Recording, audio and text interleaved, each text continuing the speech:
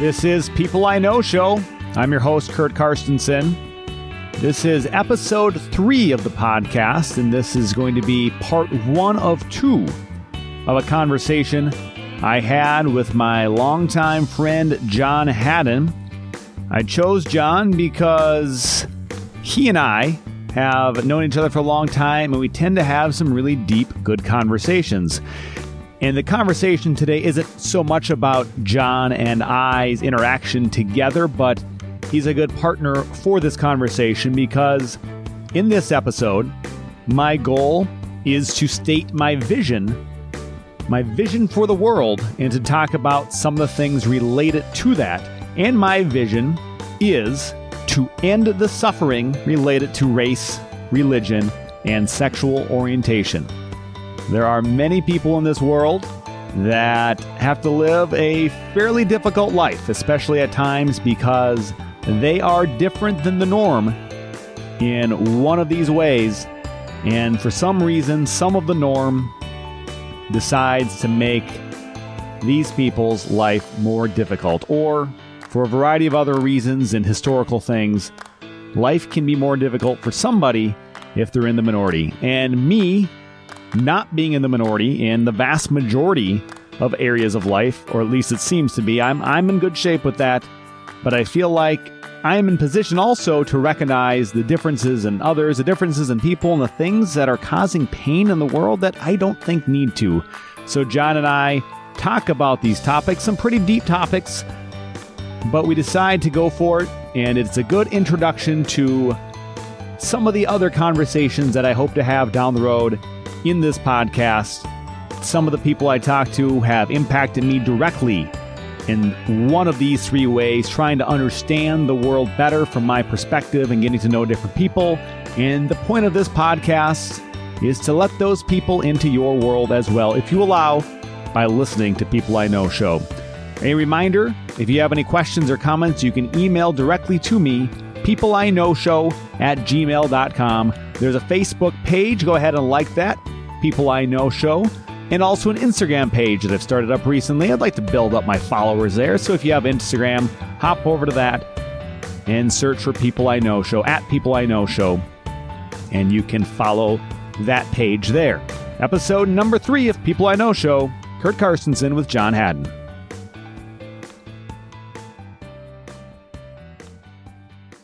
Today I'll be talking with John Hadden, one of my longest time friends since 2003, I think we recently discovered. Did we just discover that we met 15 years ago? We recently discovered it. We were going through the archives of our memories. I see. And actually, John was a recently married man, and I had prepared a speech to give, so I got a lot of those details out recently. So now I know more about John now than I ever have. Does that bode well for what's about to happen? I think so, because we'll record more things, so then when I forget stuff later, I can listen back to this. Ah. So the purpose of today's episode, in addition for an audience to get to hear one of the best friends in my life and one of the more influential friends in terms of thought-provoking conversations at the very least, is to get into a continuation of something I mentioned in episode 2 when I was speaking with my brother Chuck. On that episode, I talked about my purpose. I'd come up with a purpose and a vision sometime last calendar year, and trying to work through those and decide how to live out my vision and my purpose is how I ended up starting a podcast. So today is the opportunity to discuss my vision, which is, as written down initially, I think it was maybe April of 2017, end the suffering related to race, religion, and sexual orientation. Some big topics, like this is my vision. I want to see the world to do these things. And I realize that may never happen. Certainly not going to happen in my lifetime, I would think. But what I think can happen is continued progress in all of these areas. So I want to get into that. Why is this my vision? Why do I think this is important? Besides perhaps the obvious of those things would be a good thing, but why, as a straight white guy why that has nothing particularly to do with any of these topics. As John and I, we are the white privilege guys. If white privilege exists, which I think we agree that it does, we don't have to deal with most aspects of racial issues. And religion is something we are much less involved with than we ever used to be. And sexual orientation, we're straight, so we don't deal with some of the things that people that aren't straight have had to deal with for ages. So is there one of these that we think we should start with? We're going to tackle all three? I think, we'll try the first one and we'll see how deep into it we get. Well, what was first on the list? Let's just go from the top. Race is first on the list. So John in particular is a good person to have as part of this conversation with me. Not only have he and I talked about some of these things in the past, but we have different upbringings, not crazily different, but kind of. I grew up small town Minnesota. Not a lot of people. Pretty much everyone is white. And John grew up in some cities. Yeah, mostly Minneapolis, but I also lived in Los Angeles and lived in the suburbs of Mesa, which aren't particularly diverse, but those are the areas that I lived in. And I lived in LA till I was almost 7, so I grew up in UCLA student housing. UCLA has plenty of white people at it, but at the student housing, the family student housing at UCLA, there's a lot of international students. So I grew up around those international students for the most part.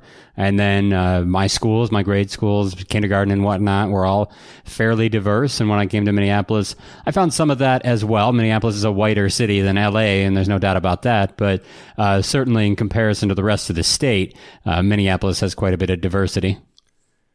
What was normal for me growing up was just almost exclusively a bunch of white kids. So, and that may be an experience for a lot of people, but for me, that was normal. So anyone that I guess would have looked any different than the average white person would stand out. And that was kind of rare. And the actual interactions with people that weren't like that, they were so minimal, probably almost until the time, I don't know, perhaps the occasions where I would go down to Minneapolis, the 2-hour drive or so from my hometown to watch a Minnesota Twins game, maybe then seeing people that were different. But even at that time, growing up in the late 80s and the 90s, most everywhere outside of metropolitan Twin Cities area of Minnesota is probably mostly white people. So I didn't know any different, that there are all kinds of people from all kinds of backgrounds. And now, certainly in 2018, people from all over the place are pretty much in any large city, but in like Minneapolis today, and a lot of the cities that we visit, it's extremely diverse. So that's my experience, is pretty much all white people. When did you recognize that maybe people that might look different, if they look different to you, were the different or the same, or however that kind of played out in your mind, if you can think back to little John days?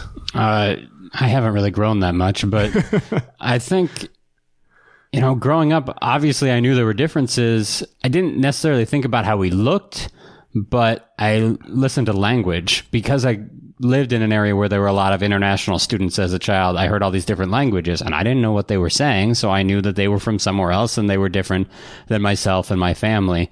When I came to Minneapolis, didn't have as much of that, although, as you know, we have an ever-increasing East African population. Wasn't necessarily huge when I was a kid, but it was present at that time. The Hmong population in this area is definitely present. Chinese immigrants and Latin American immigrants as well. So, heard different languages still, but not to the degree that I heard when I lived in Los Angeles. But yeah, it was the language that did it for me, and not so much the looks.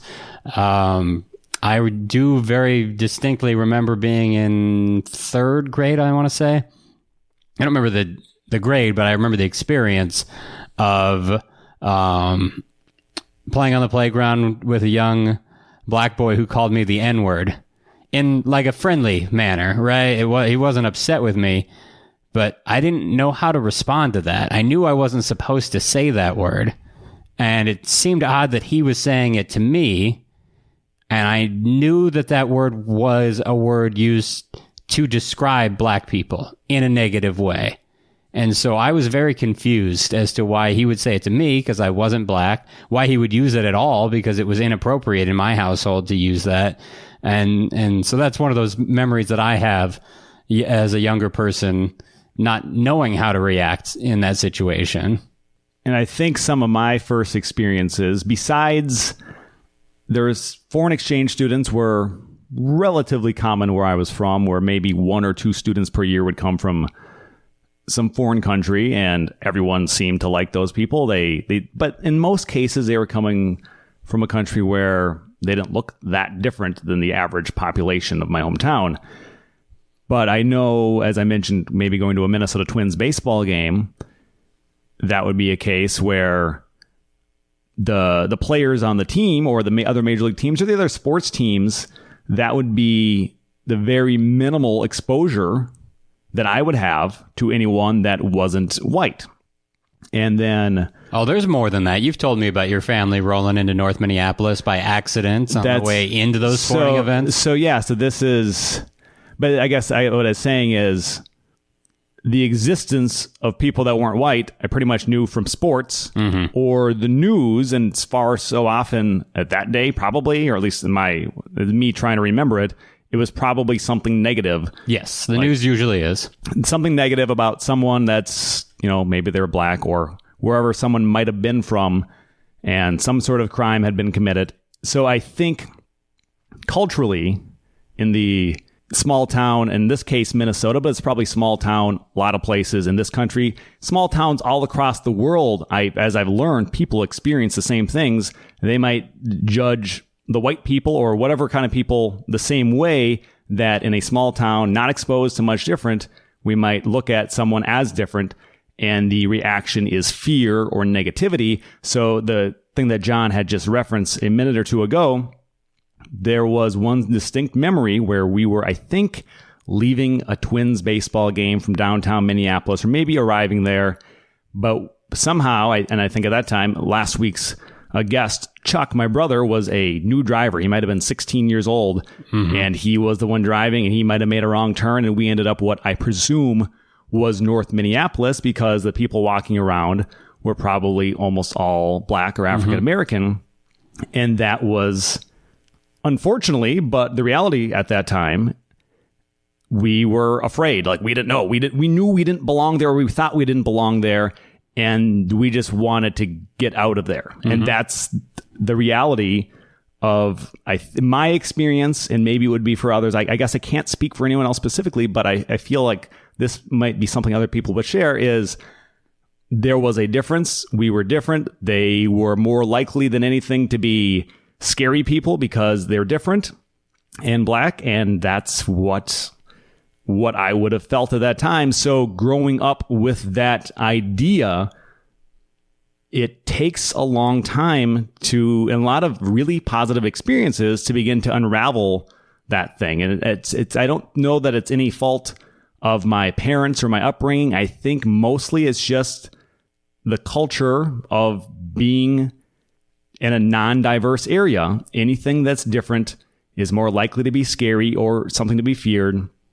And that was my experience. So as I've gotten many more experiences in recent years, that's all begun to change. And the fact that I know this exists to some degree for different people in different places, I would like to be someone that shares my story of transition from someone that grew up perhaps fearing the different people to now just totally embracing meeting the different people.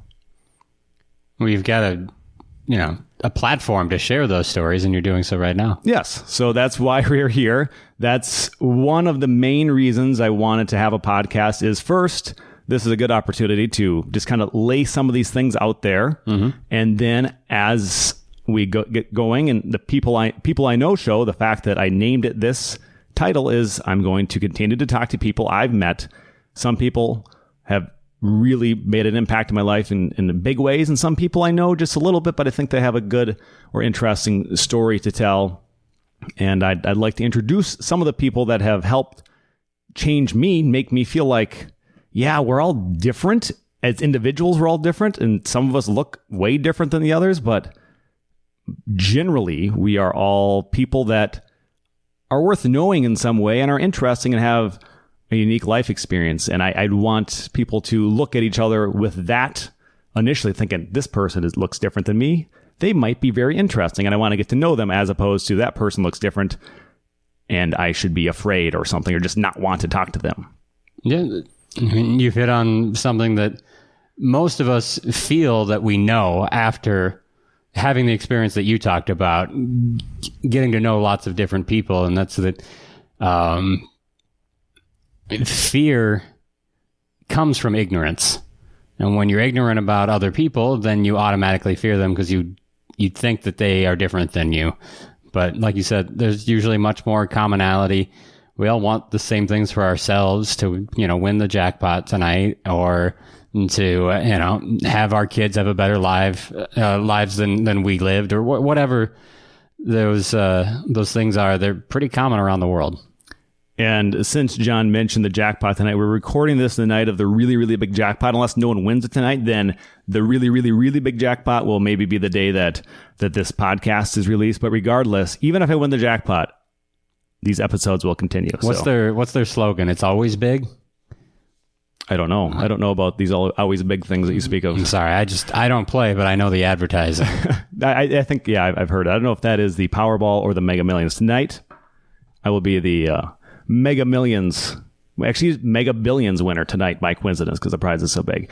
Anyhow, that's gotten us off topic, but it is relatable. There's people from every background, super wealthy people that maybe have so little cash on hand that a really poor choice, more than the average person, to be spending on lottery. But we all have this hope of doing better, and and living a more extraordinary life. And what's easier than winning the lottery? It is easy. Well, it's easy should it happen, but otherwise it's nearly impossible. Do you think we should move on to the next topic, or do you have more to add on that one? If you've got more questions, I'm here to answer. Okay, well, so you talked about your younger years and being exposed to the fact that there was different people at a much younger age, and really having more interactions at like a school age, elementary type of age. But what about when you got into high school or beyond? Are there any memorable interactions, or did the way that you thought about people that might look different begin to change at all? Well, in terms of high school, I kind of listed off some of the minorities that are in here, because my high school was an inner city school, but it was about 40% white by my offhand estimation. And the rest was a mix, 15% East African, 15% Mexican or Latino, mostly Mexican, but there were other Latin American groups represented, Chinese immigrants and African Americans, whose families have been here for generations, and that was what I was used to there. Did you begin to make friends with people that were different in all sorts of ways? Not a ton, because there was a separation in my school. Not everybody was in the same program. So in Minneapolis, the school district has different programs. The schools have different programs. So I think my high school had 3 or 4 programs. 1, 2, 3, 4 or 5 programs. And so the one I was in is the one that most of the white kids were in. And then, there were some Korean adoptees, and there were a few of the others, but, most of the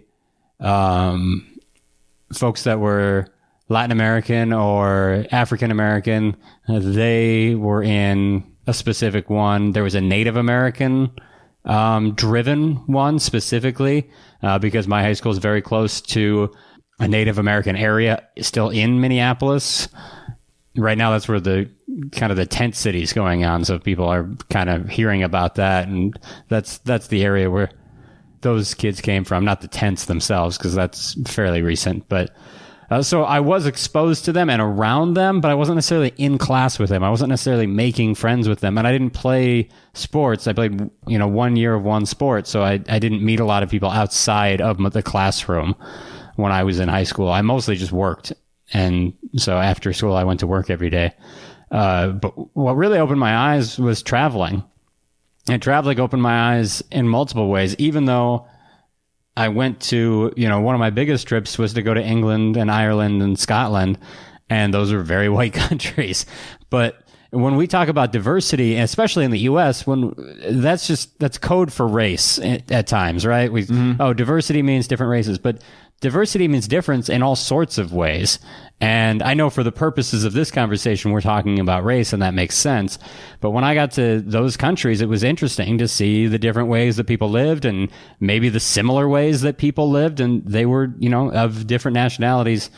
And I also found it very interesting to look at countries that didn't have the racial diversity that we have in this country and listen to them talk about it. It seemed like it was very easy for Ireland, folks when I was in Ireland to criticize the U.S. and be like, wow, you guys have all these problems. Why do you have all these problems? Like, well, because we have lots of different people trying to figure things out and trying to make their way in the world. And your country is like 99% Irish. So everyone's been here forever. And, plus, Northern Ireland, they've been fighting each other forever, and that's over religion, even though they're all white and they don't even know who's who until you tell them what church you go to or what part of town you live in, so they know if you're Catholic or Protestant. And so, tribalism comes in all sorts of forms, and race is an easy one. It's the easiest, right? I can see someone, they're different, I don't know about them. But we find every possible way to divide ourselves, from high school football rivalries or, at the most basic levels, we find a way to say, well, we're better than that town. Well, we're better than those folks in the big city, or we're better than those folks out in the country, or we're better than those folks from that country. And we just continue to find a way to divide ourselves, which is unfortunate. It's unfortunate, but I think it is the reality of our human species. Me not doing all the science myself and maybe somewhat speculating here based on things that I've read and tend to think I understand, but for the survival of human beings for the vast majority of our history, someone or something that you were unfamiliar with is what was most likely to kill you, either directly or by disease or something like that. So having this learned behavior or an evolved trait to keep to those that you're familiar with and protect from those that are different seems to be a logical pathway to us existing today. But fortunately, now that the human population for the last number of decades has begun to intermix in ways that it probably did very, very little of besides forced colonialism, war and colonialism a few centuries ago. But now where people are just choosing to move where they want, whether it's because they want to live somewhere new, or maybe sometimes they're forced out of their country or their city in certain ways, and they got to find a new place. But it's a little more choice perhaps now. But then again, I didn't live these other areas, so I don't know exactly. But regardless, you look around and it's going to be more and more. Like, for instance, here's an example also from my growing up years. You mentioned like Latin American influence. Near where I grew up, the influx of Mexican immigrants about 20 years ago, all of a sudden it just started happening. Mm-hmm. And that at that time was different. Like, why are they I think the general thought is, why are these people here? And once they're there, learn the language, all these things that initially that's the reaction, I think, of the local people. If someone's going to come here, then they need to know the language. And this is this type of rhetoric that I guess I'm familiar with where I'm from. And I understand why someone might say that. And now 20 years later, the Mexican population near where I'm from is, as far as I understand, totally assimilated and they're cool. But now the group that is more different because it's a further away country and culture and a different religion is like, for instance, the Somali immigrants. Mm-hmm. There's a bigger transition for those people that, for whatever reason, end up in Minnesota or like Twin Cities or even more rural Minnesota, and that is happening a lot. And the same type of thing is going on today where people are going to be judging them, and if they are doing things differently and not knowing the language, they're going to be looked at negatively. And I know this is happening in a lot of areas, and I would hope that 20 years from now everything's closer, but maybe the transition will take a little bit longer because there is maybe a few more cultural differences. But I like to think that time will heal most of this as long as people allow themselves to get to know some of the people that are different. But if you remember it, isn't it odd that you remember this transition for the Latino population that moved into that area, and yet people in that area are just as upset about like every time someone new comes in, and that's what our country's been about since it was founded. Yes. So it's a little frustrating to me to see that we don't ever learn the lessons that we have had ample opportunity to learn over the history of this country, and some of the things that we're supposed to stand for. Yeah, I think understanding history, caring about history, and seeing history repeat itself is something that goes on. And I didn't live through the early parts of the 1900s or the 1800s, so I can't know for sure. But at those times, as I understand it, people that were much more similar looking, not so different than your Ireland, Northern Ireland comparison, there'd be a bunch of mostly white people from different parts of Europe that settle near each other, but maybe have a different part of the Christianity religion, and they would go to different churches and not maybe get along so well. You can't marry each other because of that. And all these different things have gone on for people that looked a lot more similar. And it continues now, and because people can travel further more easily now, people look a lot more different. And I'd hope, my goal, my vision is to ease the pain and the suffering caused by this and make everyone's life more enjoyable and more understanding. And I guess that's why we're having this conversation, but it keeps repeating. And the experience, and you mentioned traveling, and that I think was the biggest eye opener for me. The first time I flew out of this country was to Mexico, and that was something, but I was with enough English speakers, so I didn't really have to deal with the language barrier and being the person going to the other country and not knowing the language, because I didn't know enough Spanish at that time.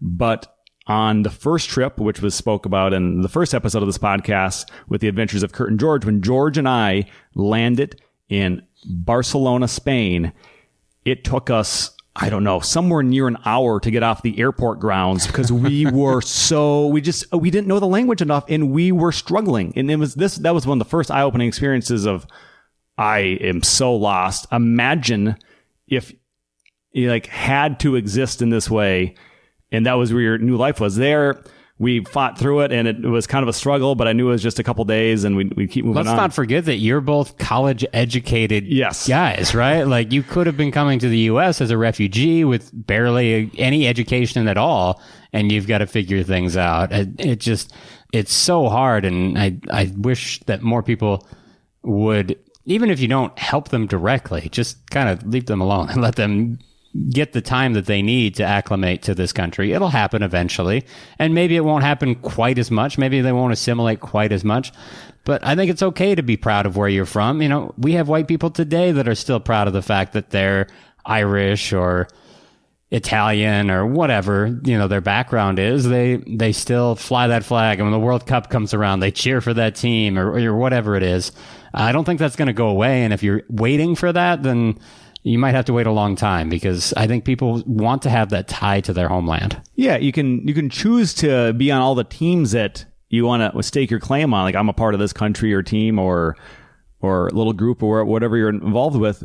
But I don't know that there needs to be as much hatred pointed towards people that aren't on your team. You can be proud of who you're from without being hateful or mean or any other negative emotion or action towards someone who just happens to not be on that same team. And that's something I've realized, and it's taken many years. Like, these things that I'm talking about and want to tell anyone that's willing to listen, this does not happen quickly, but certain experiences happen in my life where I began to realize this. So if this conversation pushes someone a little bit closer to that, that's all I can hope for or do, because a lifelong of experience got me to this point.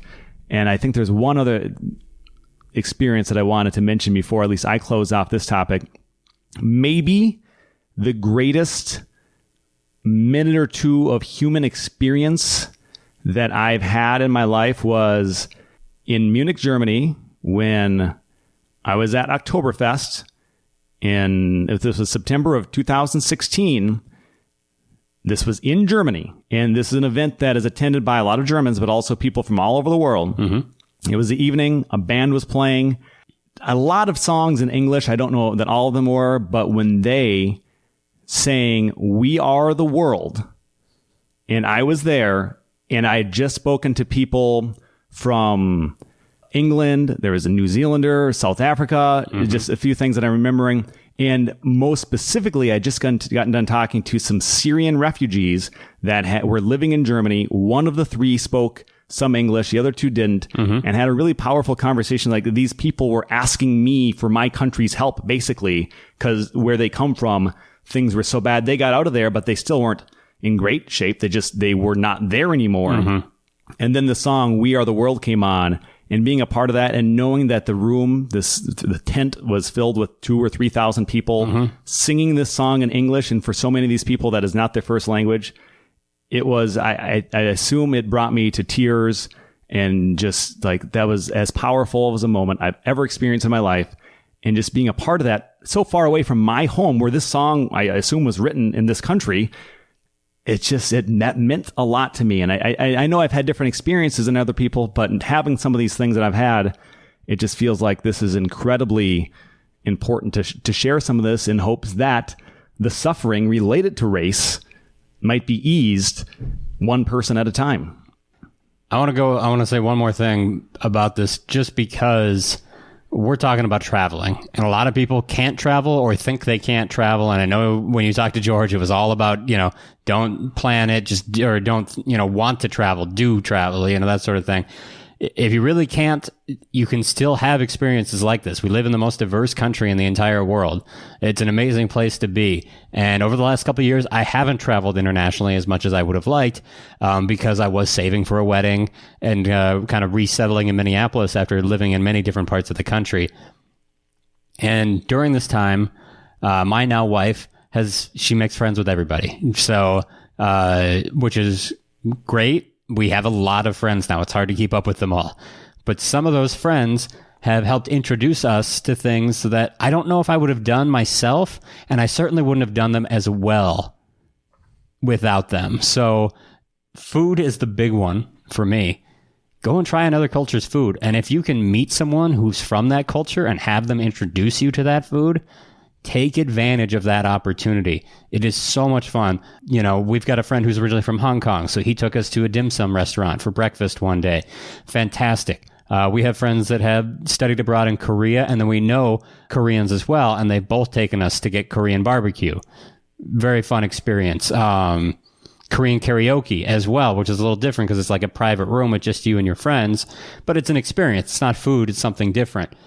She has a friend who is from Belarus, and her heritage is Russian, so they eat Russian food. So for one of her birthdays, she took us out to a Russian restaurant, and it was course after course after course, and it was just so fun to try everything and be there, and the entire waitstaff spoke Russian the whole time. Experiences that you can have in this country, but feel like you're in a different country, and it's really cool to be a part of that. Yeah, I think we are fortunate in this country to have so many influences from so many places. Like in a city like Minneapolis, for instance, and most of the major cities, and even probably some of the mid-tier type of cities, you can easily find a wide variety of foods that not that many years ago, people living on the same land would have had no chance of ever experiencing this unless they left. And that's a good reminder of how fortunate we are to have the diversity and the different influences. And I think most people who like different foods are happy to have all these food options. Well, with that comes the different people coming from these places to create those opportunities. And if you don't live in the city, you probably come to a big city at some point. Next time you go to a big city or a medium city from a small town, try and find a restaurant that's different. Ask for recommendations. Don't end up at Applebee's or McDonald's or what. Sorry if you get sponsors on your podcast someday and I've ruined everything for those two. I doubt they're wanting me. But you know what I mean. You will have those opportunities, and I know it's easy to go with what's familiar, but make food part of your experience when you travel. And then how about the way that food changes after time? When we went to Houston, we went and got crawfish. Well, crawfish is something that's been made in that region of the country for a long time, but we had it in a different way because it was flavored with, what was it? It was a Vietnamese crawfish, Is it Vietnamese or Thai? One of the two. I think it was Vietnamese. So, all these Asian spices in our crawfish, I thought that was a super fun experience to try something different. Yeah, it was. And John was, I think you'd saw it on Netflix or something, saw the episode and wanted to go to that restaurant because you'd seen it, and we went there, and it was a really neat culinary experience to be able to have something so different while traveling, even though, it's not Houston, but it kind of is. It turned in that it happened, the fusion of those two things happened to begin in Houston, or at least one of rare places where it has begun. And we were there, we knew about it, and we went and found it, and it was really neat. So I guess one thing I didn't mention in the length of our discussion on race, with all the different people I've met, I have had opportunities, or I've been in relationships with individuals, women from different parts of the world. And that's something that I may get into it as these individuals possibly join me on this podcast one day, and some of the particular things of knowing the different people from different places. But that has also played into this, because I've been able to spend a lot of time with people that come from a different place that maybe look quite a bit different. And some of these influences, there's been a lot of time that I've been able to spend with people to learn about these things. And the process, it wasn't quick, just becoming more and more comfortable with different things, different people from different places, and then being more comfortable maybe going out in the world with someone by my side that looked different. That was not, at the beginning of that wasn't something I was that comfortable with, because I knew whether or not it mattered, which it shouldn't, and I could see people would look sometimes. And that process, undoing that from my mind and what was okay and being perceived and judged and all these different things that I personally deal with, was a bit of a struggle, trying to recognize that I enjoyed maybe knowing someone, being with someone that is very different, but then bringing that out to the world, that was a whole nother layer that I wasn't initially prepared for. And at this point in my life, I don't see that as a problem anymore, but there was some years that I probably had to deal with certain levels of uncomfort or discomfort by being in those situations, and maybe also putting other people in a situation they weren't used to, and everyone trying to kind of figure it out, because it's a reality. If there aren't maybe mixed race couples around you very often when that happens and it's new to you, I think people don't know necessarily what they're supposed to do. And it's kind of sad and it's kind of funny, but it's just, I guess, a reality of the world we live in, or at least the world that I live in. So I think that covers the race topic. My suffering, the suffering related to race, again, that's my goal. My vision is to have that end someday, but at least my part of it is to have it be a little bit less as time goes on. So let's hit the next one on my list of things I want to end the suffering related to, and it is religion.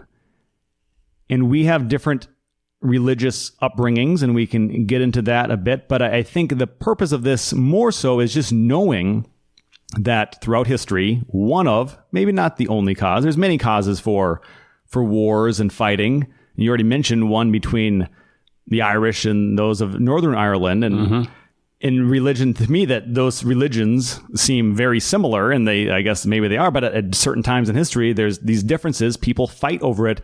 And I know to this day, there are a lot of people that would find someone's religion to be a reason to not like them, not support them, possibly hate them, possibly want them dead in a lot of cases. Maybe not to anyone listening, maybe to someone listening, but this exists in this world. And I would like to see a day where this continues on a decline and somehow, some way end. How are we going to do this one, John? That's a tough one. I think that there are a lot of positive messages that come from, or can come from, religion. However, tolerance doesn't seem to be strong enough. It's preached in just about all these religions, or at least they say that it is. But I think that's the key, because I don't think everyone not being religious is the answer.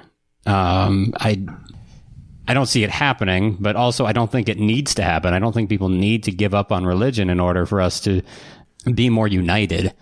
I just wish that people could work on accepting that not everyone's going to believe what they believe when it comes to religion, and be okay with that. And a lot of people say that they are, but we also see that politics gets intertwined with religious opinions and religious beliefs, and suddenly there isn't very much tolerance. And right now it doesn't feel like there's any tolerance in politics in the country.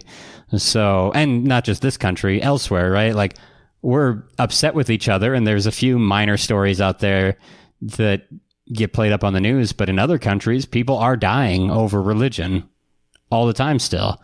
And that's frightening to me, you know? I don't understand why it's that important. Let someone believe what they want to believe and not worry about it. And if we believe in this country in being free and freedom of religion, then you need to be tolerant of everyone else's religion. When people say that we're a Christian nation, I cringe at that a little bit. You know, not only do we have other religions, but we have atheists and agnostics as well, who should be entitled to all the same protections of the law that Christians believe they are. And, you know, now Christians sometimes feel that they're persecuted at this point because they're frustrated. And just because something else exists doesn't mean that you're being taken over. That's my opinion. I kind of went on a long tear there. That's okay. You're doing an excellent job of being a second person of this conversation on today's episode of People I Know Show. Due to the length of this conversation and some travel plans I have coming up, I decided that I would make this a two-part episode, so that's where part one of this conversation will end. Part two will pick up with John and my personal journey through religion and eventually out of religion. And then we'll get a little deeper into that topic, as well as our experiences involving sexual orientation, more so the sexual orientation of others, and some of the things we've realized through our lives about interacting with people that are maybe different than he and I are.